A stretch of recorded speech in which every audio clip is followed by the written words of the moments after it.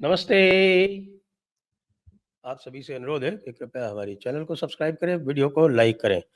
ऊपर देख रहे हैं एक क्यूआर और ये क्यूआर ले जाएगा आपको दी जयपुर डायलॉग्स एनुअल समिट 2005 के क्राउड फंडिंग लिंक पर। दी जयपुर डायलॉग्स एनुअल समिट 2025 का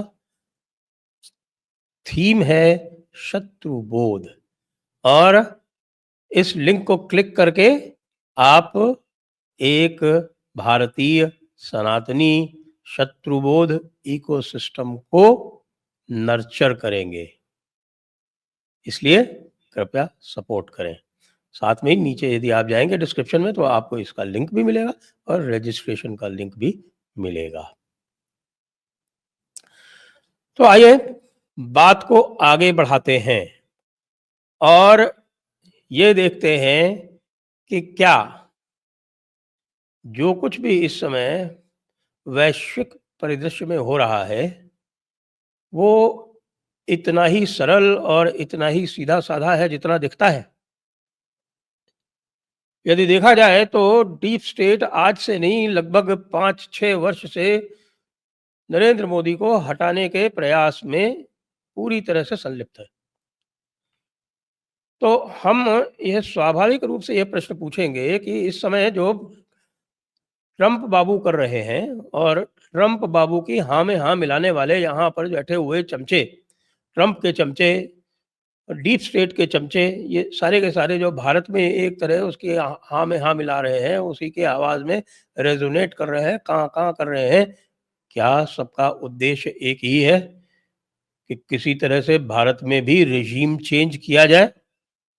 भारत में रिजीम चेंज करने के लिए जो कुछ यहाँ पर दिखाई पड़ रहा है और जो कुछ बाहर से हो रहा है उसमें मुझे तो काफी कुछ सामंजस्य दिखाई पड़ता है। यदि ट्रंप को ही ले लें तो आप याद करें कि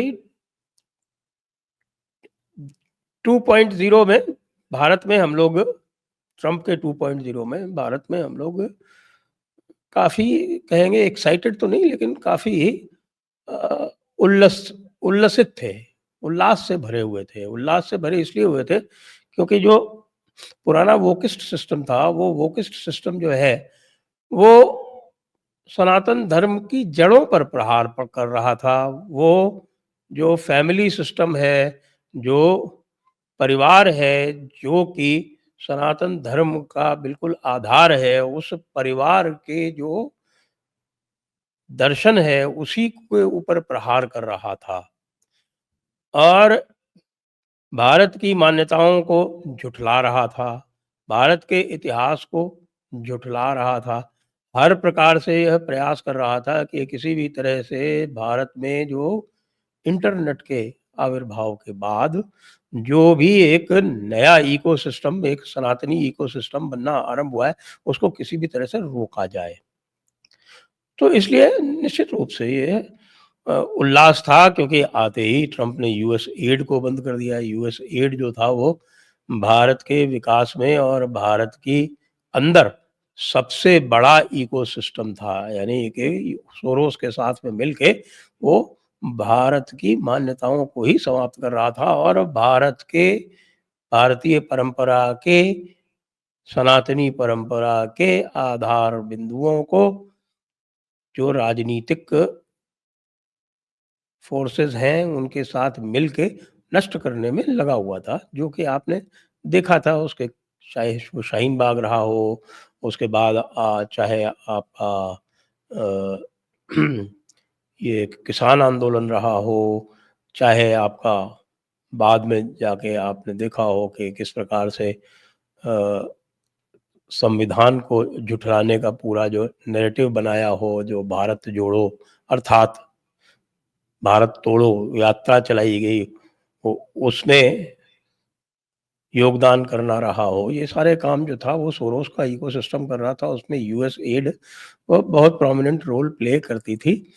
उस यूएस एड को इन्होंने समाप्त कर दिया, हम सभी प्रसन्न थे।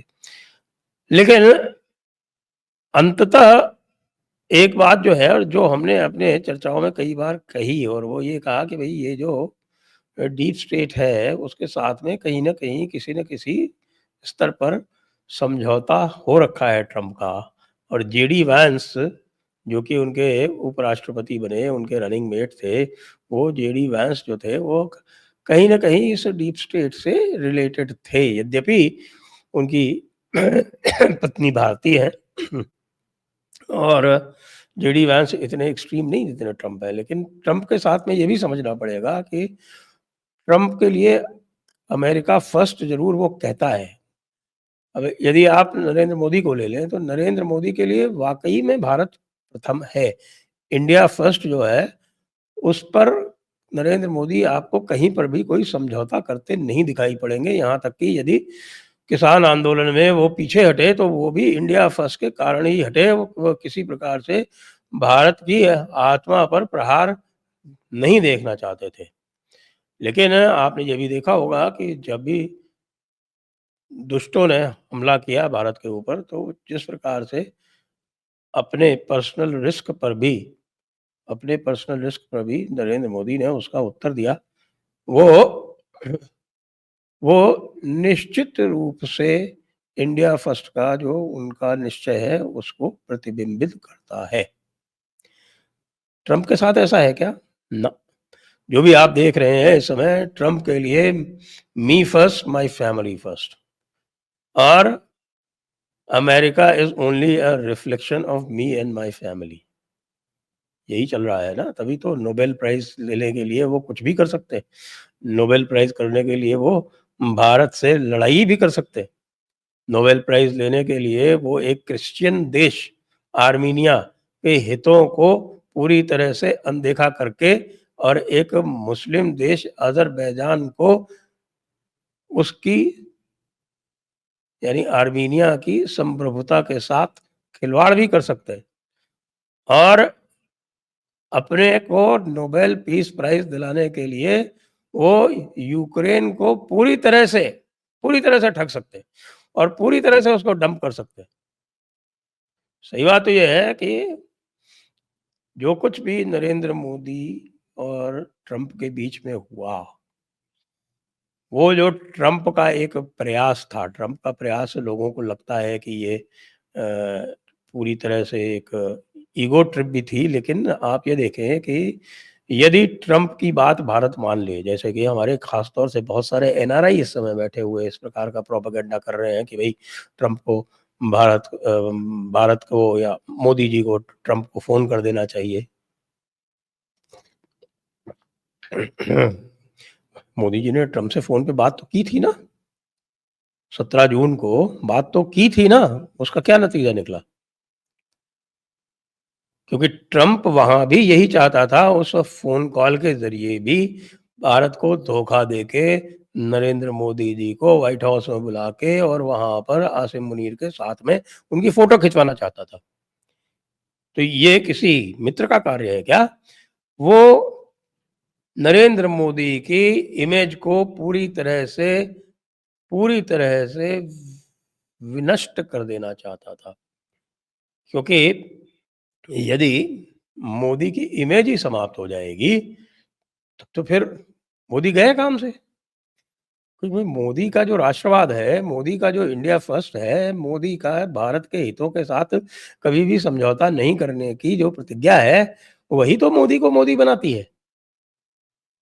और उस इमेज को ही नष्ट कर दो तो फिर क्या बचा? तो इसलिए ये स्पष्ट है कि जिस दिन ट्रम्प ने ये कहा था कि साहब मैंने ये सीज़ फायर करवाया और दोनों एक-दूसरे को मारे डाल रहे थे और दोनों न्यूक्लियर आर्म्ड हैं, उनको दोनों को बराबरी में खड़ा कर दिया और दोनों को बराबरी में खड़ा करके यह इम्प्रेशन देने का प्रयास किया कि भई मोदी जो है जैसा मैं कहता हूँ वैसा करता है। उसी दिन यह तय हो गया था कि भई इसका उद्देश्य वही है जो कि पुरानी डीप स्टेट का था, जो कि हमारे यहाँ के जो देश विरोधी तत्व बैठे हुए हैं, जिसमें एक प्रमुख विपक्षी नेता भी है, जिनका एक ही उद्देश्य है कि किसी तरह से नरेंद्र मोदी को बाहर किया जाए। वही उद्देश्य वही उद्देश्य ट्रम्प का भी था, क्योंकि ट्रम्प को दिख रहा था कि भई मोदी के रहते हुए वे भारत को गुलाम नहीं बना सकते और me and my family first.